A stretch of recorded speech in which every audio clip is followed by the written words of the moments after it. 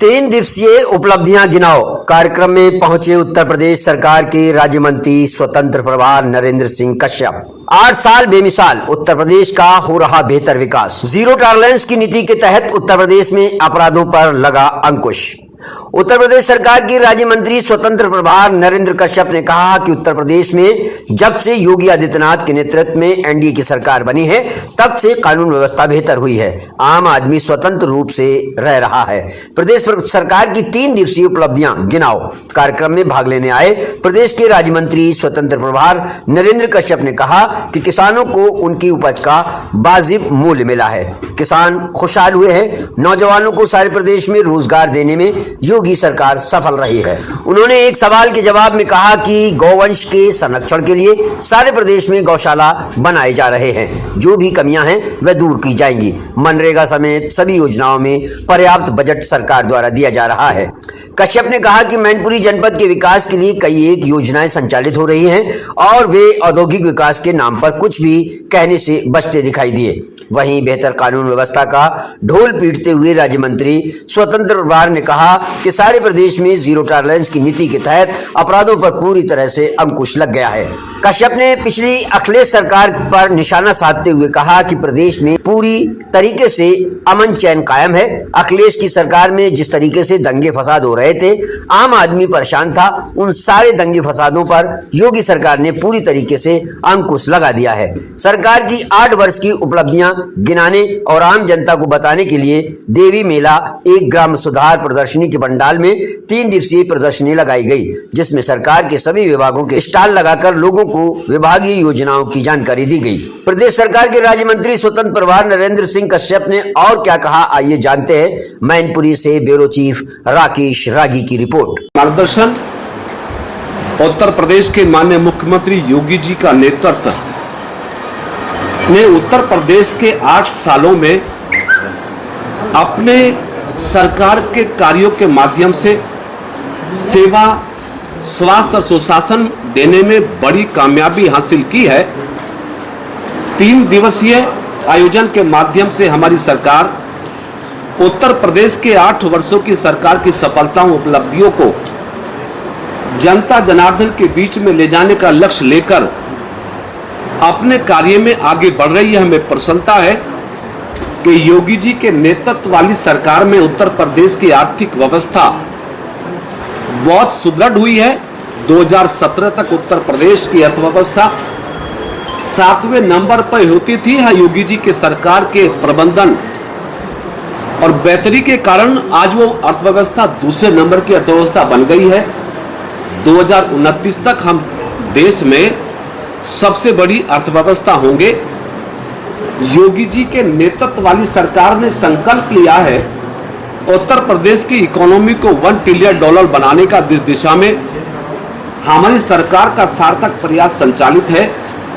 उत्तर प्रदेश के अंदर 8 लाख से ज्यादा नौजवानों को शासकीय पदों पर भर्तियां करके नौजवानों के जीवन के उन्नत बनाने में हमारी सरकार ने सफलता हासिल की है। 15 लाख करोड़ का MOU के माध्यम से धरातल पर निवेश और उद्योग लगे, जिसके माध्यम से 60 लाख नौजवानों को रोजगार मिलना अपेक्षित है। उत्तर प्रदेश में कानून व्यवस्था बेहतर हुई है, किसान खुशहाल हुआ है, जवान को रोजगार मिला है।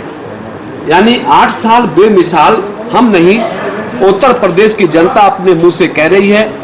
और इसके लिए हमें प्रसन्नता है कि भारतीय जनता पार्टी एनडीए की सरकार सफलता की सरकार का सबसे बड़ा प्रमाण उत्तर प्रदेश की जनता ने समय समय पर दिया है। चाहे लोकसभा का चुनाव 2014, 2017 असेंबली, 2019 लोकसभा, 2022 असेंबली, 2024 पार्लियामेंट या 2027 में होने वाली असेंबली, हर चुनाव में उत्तर प्रदेश की जनता ने भारतीय जनता पार्टी को सफलता की मोहर लगा के ये प्रमाणित किया है कि योगी जी के नेतृत्व वाली सरकार ने उत्तर प्रदेश में 8 सालों में अभूतपूर्व कार्य किए हैं। हम सब जानते हैं 2017 तक उत्तर प्रदेश बदहाली के दौर से गुजरता था। देश के लोग उत्तर प्रदेश के लोगों का मखौल उड़ाते थे, खासतौर से कानून व्यवस्था बदहाल थी, परिवारवाद भ्रष्टाचार का बोलबाला था, तुष्टीकरण की नीति थी लेकिन उत्तर प्रदेश में हमारी सरकार ने सबका साथ सबके विकास की अवधारणा पर बेहतर शासन देकर उत्तर प्रदेश को प्रगति के पथ पर आगे ले जाने में कामयाबी हासिल की है। मंत्री जी, आप अभी वोट ले जाने की कामयाबी की है, तो उत्तर प्रदेश में आपकी लोकसभा सीटें कम क्यों हुई? 37 सीट है समाजवादी पार्टी। लोकतंत्र में अप एंड डाउन चलता है। अब कांग्रेस पार्टी से कभी पूछो ना, जिसमें 55 साल सरकार चलाई हो हिंदुस्तान में, वो 44 पे कैसे आ गई। लेकिन भारतीय जनता पार्टी 2 से 303 तक पहुंची है, 273 तक पहुंची है। और जिन चीजों को लेकर जो षड्यंत्र हुआ था 2024 के चुनाव में, लोगों ने समझ लिया, लोगों ने जान लिया कि हमारे विपक्षी दलों ने जनसंख्या का मुद्दा बना के और आरक्षण के मुद्दे को बना के, संविधान खत्म करने का मुद्दा बना के कुछ साजिश करने की कोशिश की थी, जिसका पर्दाफाश हुआ। और आपकी जानकारी में है ही है कि पर्दाफाश होने के बाद हम हरियाणा में, हम महाराष्ट्र में, हम दिल्ली में प्रचंड बहुमत की सरकार बनाने में कामयाब हुए। और 2027 में हम उत्तर प्रदेश में 2017 से भी ज्यादा बहुमत के साथ सरकार बनाने वाले हैं। मंत्री जी, हर घर जल मिशन योजना के लिए जिले को 66 करोड़ का बजट मुहैया कराया गया है, लेकिन तमाम गांव ऐसे हैं जहां पर अभी तक अधूरा काम पड़ा हुआ है, गलियां खुदी पड़ी हैं, जिससे बच्चों को आने जाने में परेशानी भी होती है, पढ़ने जाते हैं। हमने समीक्षा बैठक के माध्यम से जल जीवन मिशन योजना को खास तौर से आइडेंटिफाई किया, अधिकारियों को निर्देशित किया कि जहां पे कार्य पूर्ण हो गया है उन गांवों में सड़कों का निर्माण तत्काल हो, ताकि जनता को राहत मिल सके। तो हमारा पूरा अभियान उन गांवों की दिशा में है जहां पर अभी लोगों के सामने कठिनाई है। मंत्री जी, एमओयू में कितनी प्रगति हुई है?